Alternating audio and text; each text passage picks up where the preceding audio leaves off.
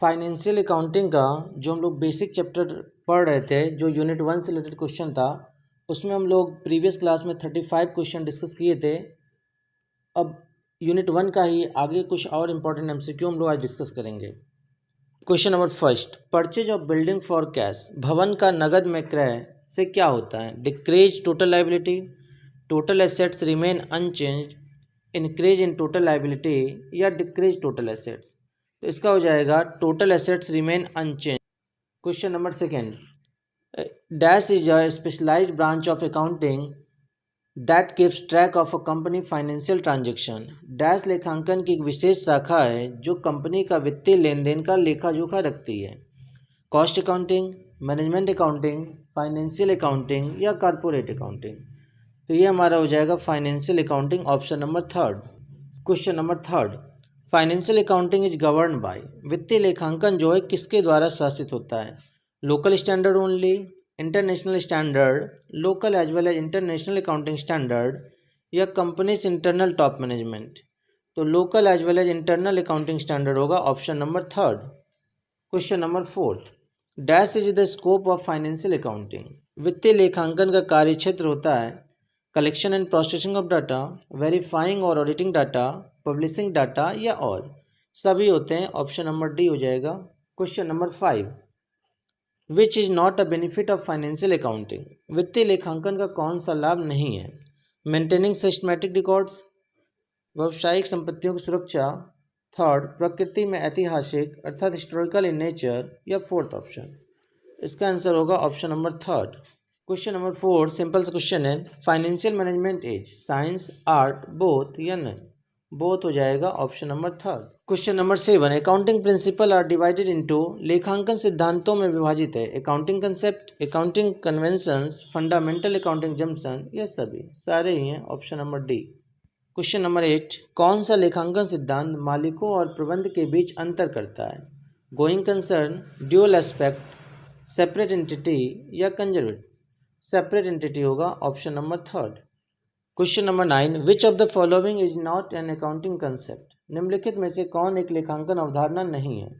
Matching concept, ये तो है, ड्यूअल एस्पेक्ट, ये भी है, ट्रू एंड फेयर नाम का कोई कंसेप्ट नहीं होता है, यहाँ ऑप्शन नंबर थर्ड हो जाएगा। Question number 10, accounting to going concern of business is assumed of having a limited life, indefinite life और very long life? None. Question number 11, accounting concept are based on, लेखांकन अवधारणा निम्न पर आधारित है certain assumption, certain fact and figure, certain accounting records या government guidelines?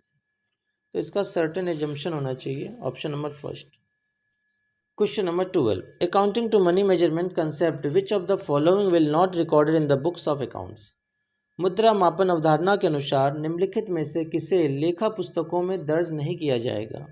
Extra profit arising out of revolution of assets, ये आएगा, कमीशन पेबल टू सेल्समैन, ये भी आएगा, क्वालिटी ऑफ द प्रोडक्ट, ये नहीं आएगा, ऑप्शन नंबर सी होगा। Question number 13, which of the following is related with money measurement concept? चार ऑप्शन रीड करिए, इसका बताइए क्या होगा, ऑप्शन नंबर सेकेंड हो जाएगा। Question number 14, which of the following is an example of money measurement concept? इस चारों में से जो होगा वो ऑप्शन नंबर बी होगा। Question number 15, prepaid expenses are shown and assets due to money measurement concept, business entity, going concern या matching? Going concern concept होगा, option number third. Question number 16, according to which assumption assets are shown in the accounting records less depreciation, किस अनुमान के अनुसार मूल्यह्रास से घटाकर लेखांकन अभिलेखों में परिसंपत्तियों को दर्शाया जाता है? गोइंग कंसर्न कंसेप्ट के according, option number C. Question number 17, fix assets are recorded at cost less depreciation not at a reliable value because?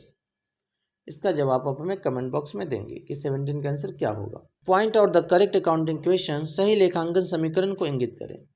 चारों ऑप्शन रीड करिए। चौथा ऑप्शन जो है इंग्लिश में यहाँ पे थोड़ा मिस्टेक हो गया है, यहाँ पे होगा एसेट्स माइनस कैपिटल, ठीक है।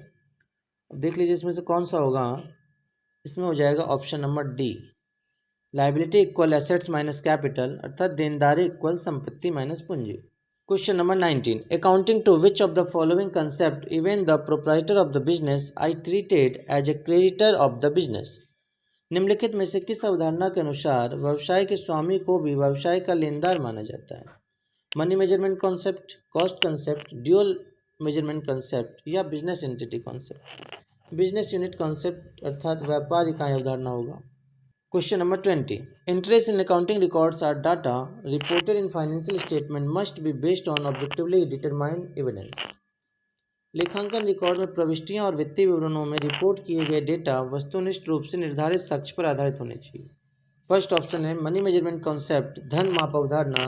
सेकंड, कॉस्ट कॉन्सेप्ट, लागत अवधारणा। थर्ड, ड्यूअल एस्पेक्ट कॉन्सेप्ट, दोहरा पहलू अवधारणा या ऑब्जेक्टिव एविडेंस कॉन्सेप्ट। ये फोर्थ वाला हो जाएगा। रूढ़िवाद की अवधारणा का ध्यान में रखा जाता है। All future losses but leaves all future profit, भविष्य के सभी नुकसान लेकिन भविष्य के सभी मुनाफे को छोड़ के। इसका आंसर होगा option number C. Question number 22, रूढ़िवाद की अवधारणा के अनुसार स्टॉक का व्यापार मूल्य होता है। Market price, cost price, market price of cost price, whichever is higher. यहाँ पे लोअर नहीं होगा, यहाँ होगा हायर।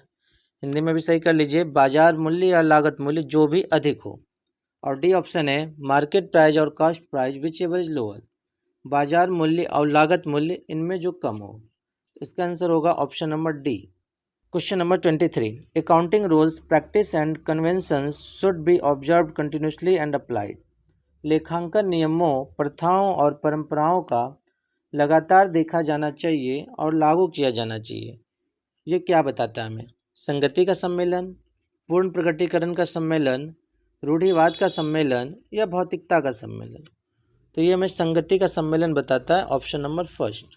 क्वेश्चन नंबर 24, रूढ़िवाद की अवधारणा का प्रभाव होगा over statement of assets, under statement of assets, under statement of provision for bad and doubtful debts या ओवर स्टेटमेंट ऑफ स्टॉक। संपत्ति की कमी होता है रूढ़िवादिता अवधारणा के अनुसार, option number B. Question number 25, which of the following is not a fundamental accounting assumption. निम्नलिखित में से कौन एक मौलिक लेखांकन धारणा नहीं है? फंडामेंटल अकाउंटिंग जम्पशन जो होते हैं वो 3 होते हैं, जिसमें पहला होता है गोइंग कंसर्न, सेकंड होता है कंसिस्टेंसी और थर्ड होता है एक्रूअल। हमसे यहाँ पूछा गया है कि नॉट अ फंडामेंटल अकाउंटिंग जम्पशन, ये मैचिंग कॉन्सेप्ट जो होता है वो फंडामेंटल अकाउंटिंग जम्पशन में नहीं आता है, ऑप्शन नंबर डी।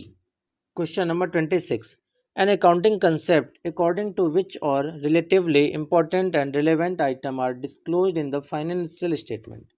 एक लेखांकन अवधारणा जिसके अनुसार वित्तीय विवरणों में सभी अपेक्षाकृत महत्वपूर्ण और प्रासंगिक वस्तुओं का खुलासा किया जाता है। Materiality, going concern, accrual concept या मैचिंग? मेटेरियलिटी होगा ऑप्शन नंबर ए, भौतिकता। क्वेश्चन नंबर 27, किस सम्मेलन को विवेक का सिद्धांत के रूप में भी जाना जाता है? 4 ऑप्शन देखिए, इसमें जो आंसर होगा ऑप्शन नंबर सी हो जाएगा, रूढ़िवादिता का सम्मेलन। Question number 29, in the balance sheet contingent liability is so because of. तुलन पत्र जो है आकस्मिक देयता का निम्न के कारण दर्शाया गया है। 4 ऑप्शन देखिए, इसमें जो हो जाएगा ऑप्शन नंबर फर्स्ट। आज की क्लास हम लोग यहीं समाप्त करते हैं। धन्यवाद।